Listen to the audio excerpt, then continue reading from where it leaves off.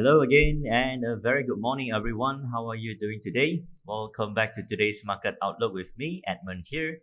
So let us have a quick look and see. It has been a very exciting previous three market days. Again, almost every single day.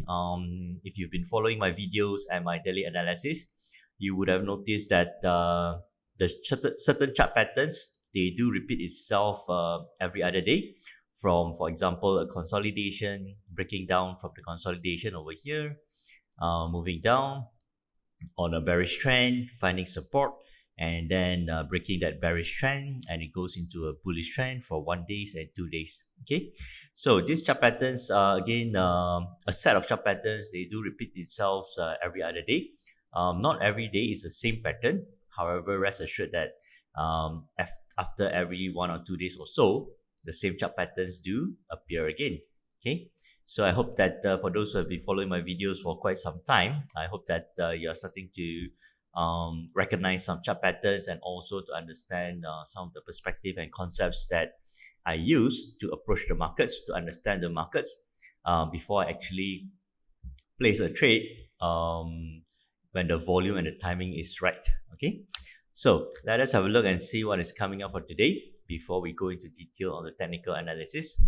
So for today, it's Thursday, 3rd of September 2020. We're going to have quite a busy economic calendar also. For today, we're going to be having the consumer price index numbers from Switzerland. And a few days ago, I believe on Monday, we had a lot of manufacturing PMI data. And for today, we will be moving on to services PMI data. Okay, so this will be the Purchasing Managers Index reports for the services sector. Okay, so 2:30 p.m. Switzerland will be releasing their consumer price index numbers, and from 3:15 p.m. onwards, Spain will get the ball rolling with the first services PMI reports at 3:15 p.m., followed by Italy, France, Germany, the Eurozone, and finally the UK at 4:30 p.m. And moving towards 5 p.m., we will be having the monthly retail sales data for the Eurozone. And of course, focus will again be on the job situation or the unemployment claims data at 8:30 p.m. coming up from the US. Basically, let us have a quick look and see. Okay. So again, plenty of services PMI economic data today in the afternoon from Europe and the UK. And towards the evening, unemployment claims data coming out from the US tonight. Markets are expecting the numbers to come in at 955,000 Americans seeking for unemployment claims or social benefits. So this one will be at 8:30 p.m. Again, if the numbers come in below 955K, it would appear as a green color, and theoretically, it will be bullish for the US dollar. Okay, if the numbers come in, let's say at 1 million or 1,000,005, in other words, there are more Americans filing for unemployment claims than markets expected, and the figures will appear in red, and theoretically, it will be bearish for the US dollar. Okay. So moving on towards 9:45 p.m., we will have the final services PMI data for the US market. And towards 10 p.m., Bank of England Governor Andrew Bailey will be speaking again. And towards also 10 p.m., but this time from the US, we will be having the Institute for Supply Management non-manufacturing PMI numbers. Natural gas storage data will be released at 10:30 p.m. and markets are expecting the numbers to come in at 37 billion figure. Okay, so a quick look and see what happened yesterday. Again, after finding support at 91.7 levels for the US dollar index, the US dollar has been rebounding for the second day on Wednesday as positive economic data on the last two previous days and also on Wednesday evening supported the rise of the US dollar. Okay, and bear in mind the fact that I mentioned on Monday. Bear in mind that the US dollar has already weakened tremendously from the months of end of March and so on, and to a large extent, investors or the markets has more or less priced in or factored in the fact that the interest rates will be low for a while, and the US dollar has already came down a lot. Okay. So for yesterday's economic data, first of all, we do see in terms of the economic data yesterday from the US, it was the factory orders data coming out at here we go, coming out at 10 p.m. The numbers came in at 6.4%, better than market expectations of 6%. Other than that, we also had the ADP, automated data processing, non-farm employment change numbers. This ADP is usually a preview or indication of what the actual non-farm payrolls data will be on this coming Friday, which is tomorrow.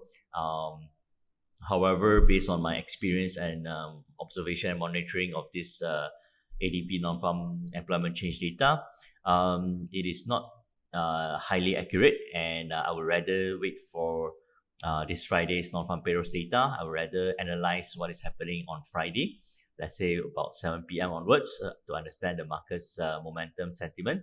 And as the price action moves with the volume, I will take my trade based on what the market is telling me at that point of time, rather than relying on this ADP non-farm employment change. Okay.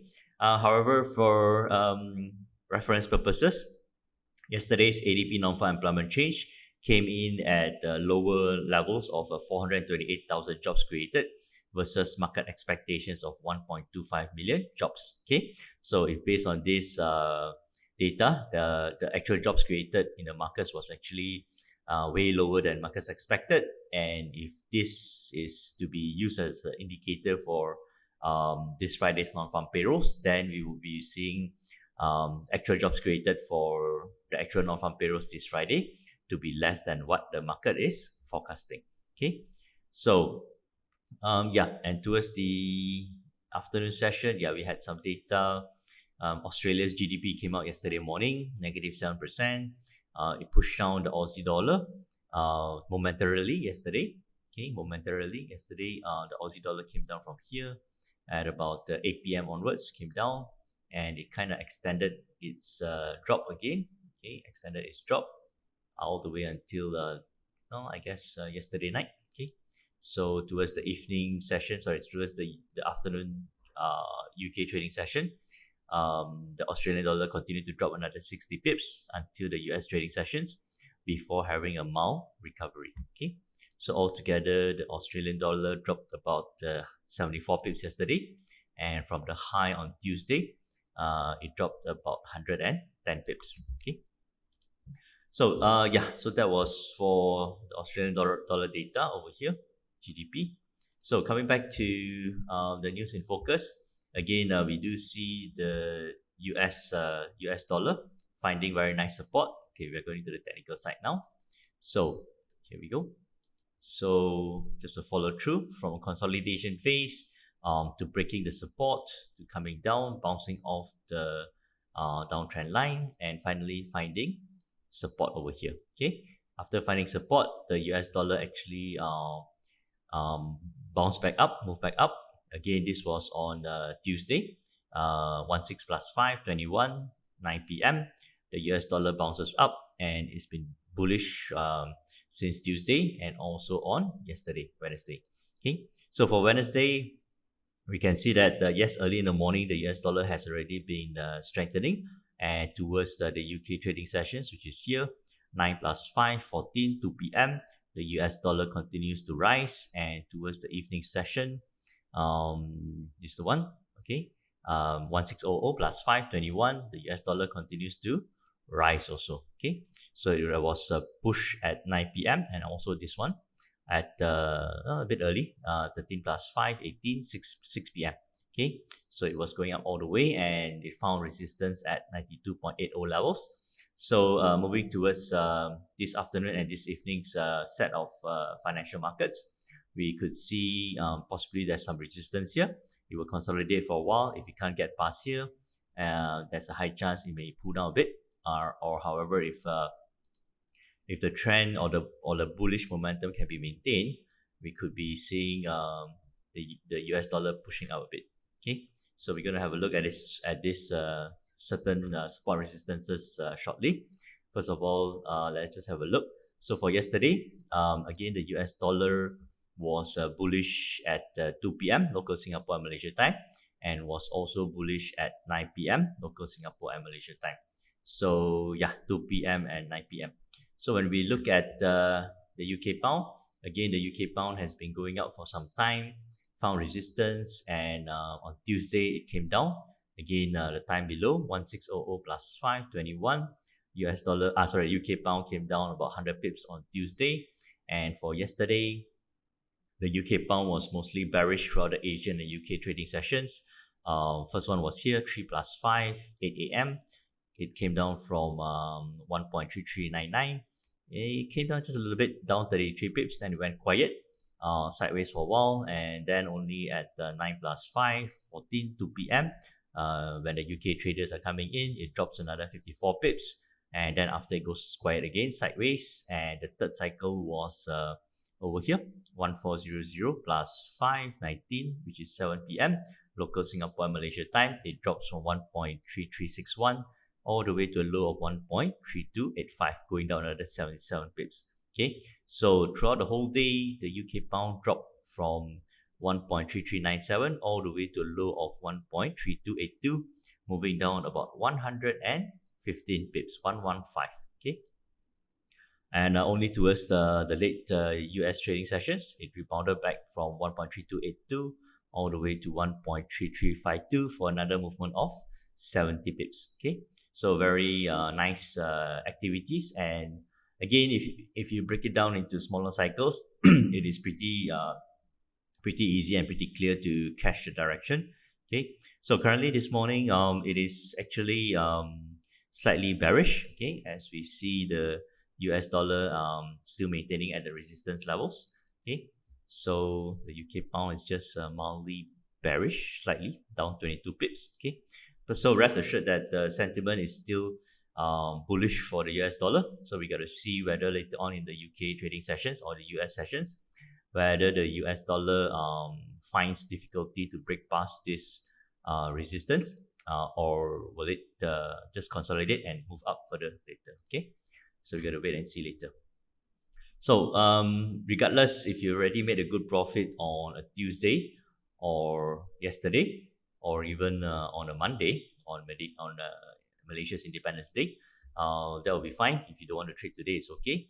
So if not, if you can still follow the movements of the market today, then by all means go ahead and do some trading.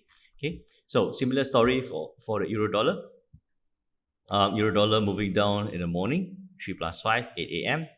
Moving down at about 2 p.m. Okay, and again moving down at about 9 p.m. Okay, so euro dollar fell a total of about 100 pips yesterday, and currently it is consolidating again. Okay, so some immediate support resistances let's have a quick look at the UK pound. Okay, current support of course would be towards this 1.3313, which is just about 20 pips to the downside, and 20 pips to the downside. Okay, so that is the immediate support. The lower the next support levels will be towards this tip over here, which is at 1.3281, which is about 50 pips to the downside. Current resistances are, can push it down a bit here. Current resistances will be at 1.3364, which is about 30 pips to the upside. Higher target price would be at over here 1.3397, okay, which is about 55 pips to the 60 pips to the upside. Okay, so it's plus minus 60 pips up and 60 pips down. Okay, yeah, this is for the UK pound. Again, the tendency is still for the UK pound to weaken, so be a bit cautious on this. And moving on to the euro dollar, currently we are looking at the good support levels of 1.1824, which is where it is now. And to the upside, resistances, immediate resistance will be at 1.1855, which is about 20 pips to the upside.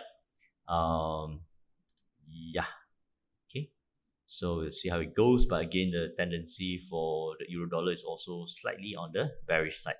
Okay, so moving on to gold prices. Gold prices also saw a drop yesterday. again after it touched a high of 1,991. I'm not sure whether I mentioned this a couple of days ago, but personally for me, there's a very low likelihood that that low likelihood that the gold prices will touch 2,000 US dollars again. Okay, so I think it's on the way to consolidate, and it's on the way consolidating and moving downwards. Okay. So for yesterday, gold prices moved down in the morning session, Asian trading sessions. Again at the 8 a.m., 1972, 1972, going down to 1958, going down $13. And towards the afternoon session, 13, sorry, this is a bit early, 13 plus 5, 18, which is 6 p.m., comes down from 1971 and goes down all the way to 1932. So during the US trading sessions, it moved down about 38 US dollars, and then after it had a decent recovery of about 14 US dollars, and it's currently trading at 1949. Okay, so immediate target price for the upside is at 1958, which is about $10 to the upside. If it does come down, we are looking at 1936, which is about $13 to the downside. Okay, so it is about about $10 to the upside and $13 to the downside. Okay, so oil prices yesterday pushed down quite a lot at about 9 p.m. local Singapore and Malaysia time, coming down from 43.18 all the way to a low of 41.39. Even though crude oil inventories yesterday came in with a larger drawdown than expected, the inventories came in at negative 9.4 million barrels versus market expectations of negative 2 million barrels. So this was the news. This was the result. The theory would be oil prices should be going up. However, we do not see oil prices going up. Instead, it kept on moving down. Okay. So again, when given a choice between following the news or the theory, or following what the chart is telling you, of course, always follow the chart and always follows the price action. Okay, because market knows best. So yeah. So let's see what else we have. Final one would be S&P 500. It is still on a bullish note. Okay, still on a bullish note. Yesterday pushing up to another high of about 3,587 points for the S&P 500, and still very bullish. And there's no historical price on how high it will go, so I guess it's just based on market sentiment and market psychology on how high or when the big players will be taking profits on this. Okay, so so just watch out for the usual today, 2 to 4 p.m. and 7 to 9 p.m. local Singapore and Malaysia time. Analyze the markets, understand the sentiment, whether it's bullish or bearish. Watch out for the support resistances, and look for the entry prices during those times. Okay, so I hope you guys have a good trading day ahead, or you already had a great trading day for the last 3 days. Well done, and keep it up, and I'll see you again tomorrow for the latest market updates. Thank you, take care, and see you tomorrow.